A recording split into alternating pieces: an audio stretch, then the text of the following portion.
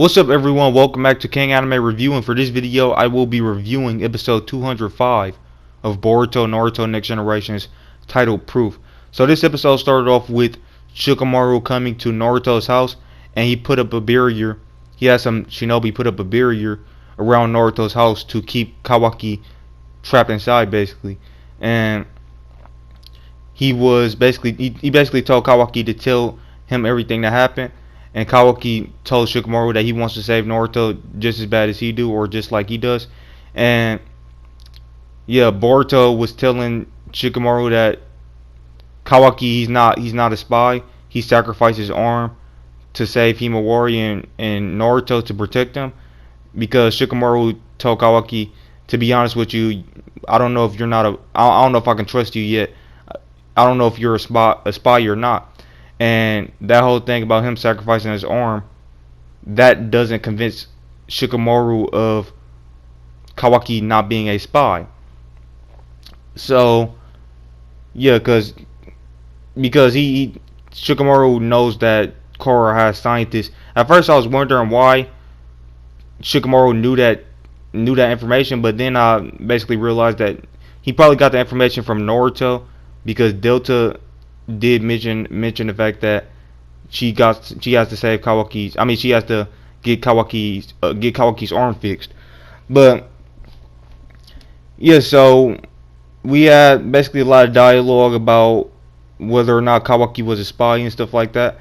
And we also got, basically Team 7 found out that Sasuke had returned to the village, but he was critically injured, and they didn't have really any information from him because he was unconscious.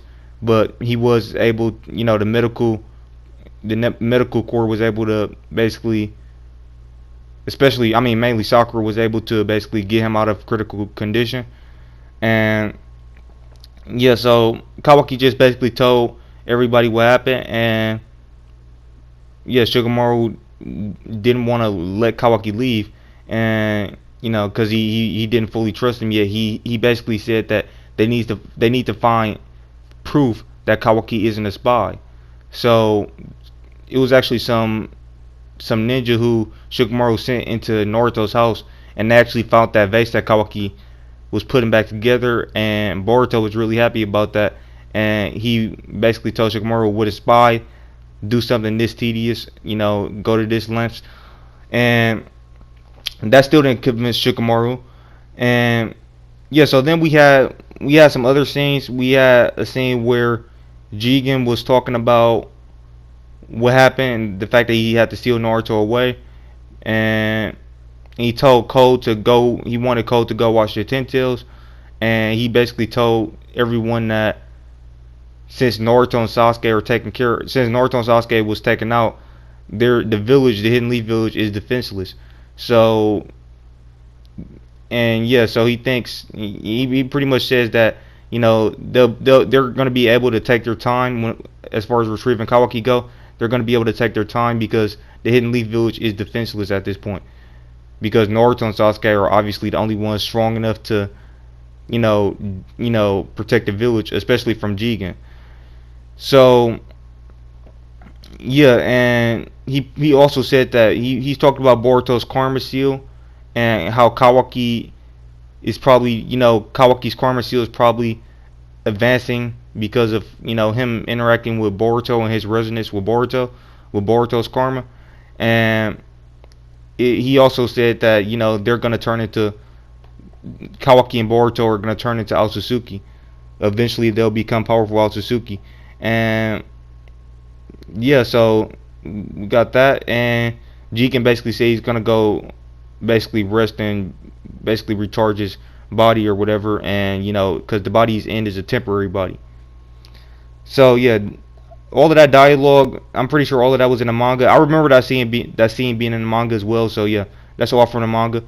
But then we got an anime original scene that wasn't in the manga, which was Boro talking to Kashi and Koji, and he pretty much was trying to claim that Kashi and Koji was the spy, but Kashi and Koji pretty much, basically won over Boro's trust, and he pretty much told Boro that if he was a spy, wouldn't Jigen have basically taken care of him when Jigen was in the village, because Jigen had came into the village?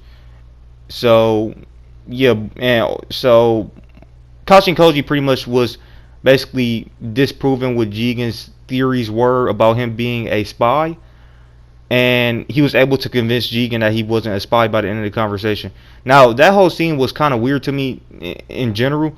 They did explain it, so I'm happy that they at least explained it. It's explained what was going on, but yeah, they basically said that Boro used one of his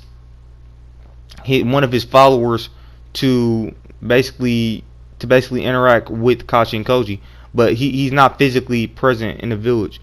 You know, there's something. So yeah, he's not physically present, and he has no physical presence while he's talking to Kashi and Koji. It's pretty much like a hologram of him or whatever. So it's really weird how that happened, but I guess they anime wanted to fill in some time and just add some dialogue with Kashi and Koji and Boro. I don't think it was necessarily 100% necessary, but it was a decent scene. I just think it was kind of weird the way they did it. But yeah, that was the anime original scene that they added in there, and that was fine. And yeah, so and then we just got some more dialogue from Team 7, the new Team 7, which also includes Kawaki.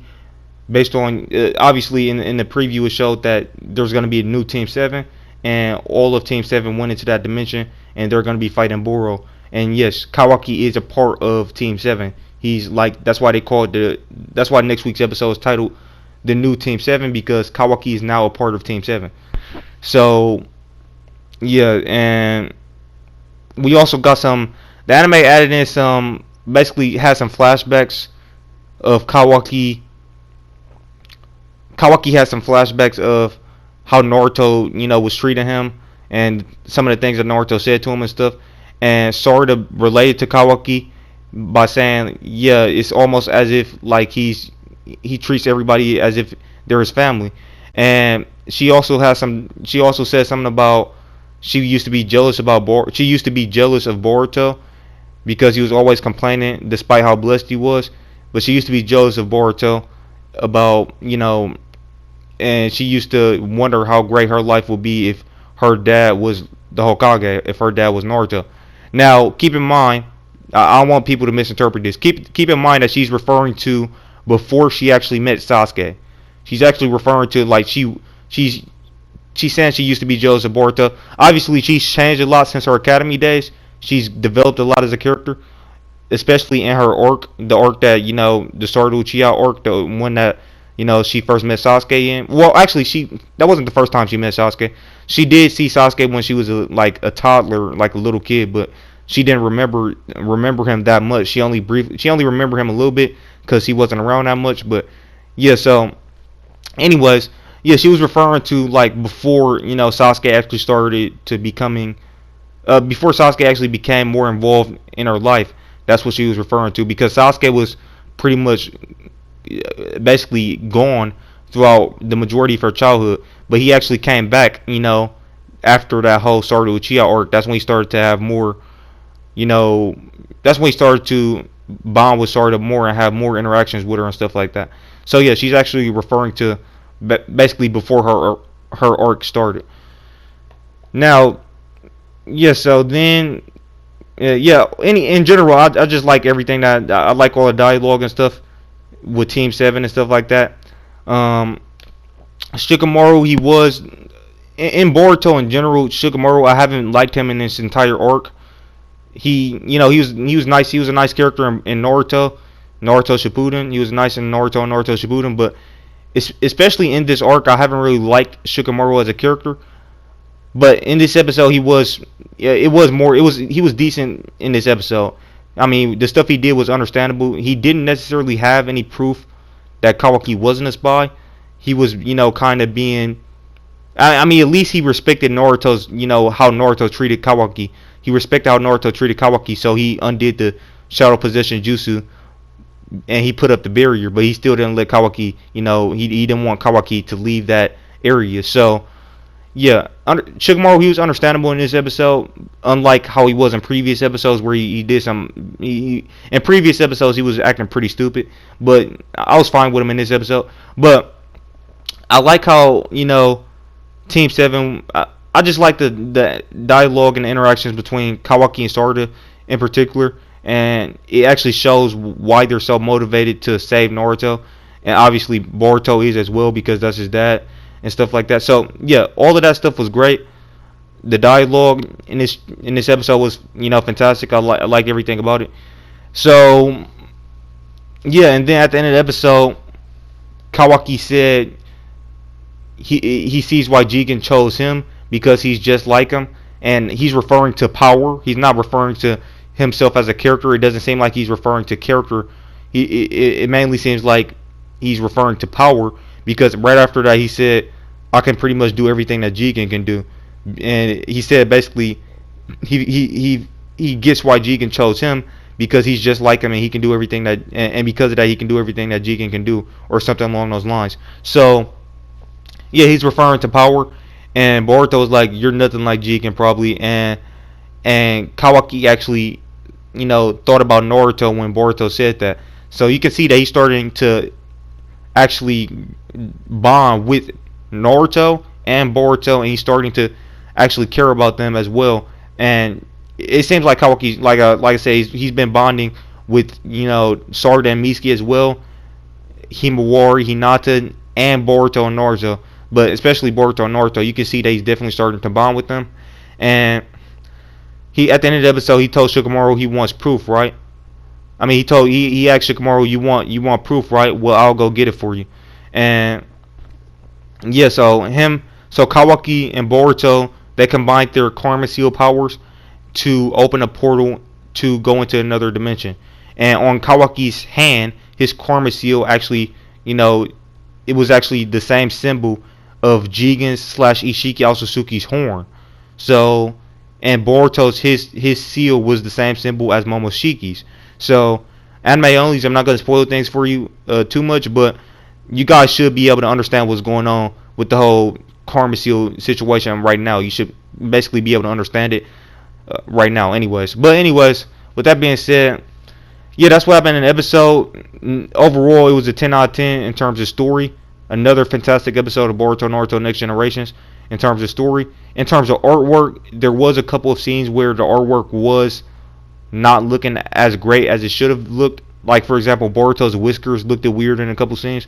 But those are very minor things that doesn't, affect it too much. Overall, the episode had great artwork throughout the majority of the episode. But like I said, it was like a couple of scenes where the artwork was slacking. So I'm going to give it a 10 out of 10 for the artwork. I would give it a 9.5, but the whisker things, it was literally only like a couple of seconds that I noticed some artwork problems. So yeah, I don't think it was anything worth taking off a half a point for.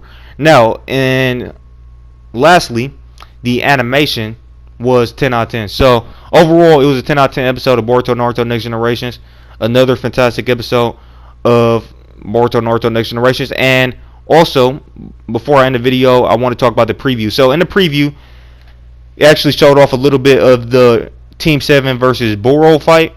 And it actually shows Sarada with her 2 Tomoe Sharingan activated rather than the 3 Tomoe Sharingan. Now, for anime onlys, in the manga, I'm just going to let you guys know what happened. In the manga, this is not really a spoiler because we are basically already at the point where we're... basically, the episode, they already showed the preview of the next episode for the Boro versus Team 7 fight. So, basically, the fact of the matter is the anime is actually changing something from the manga.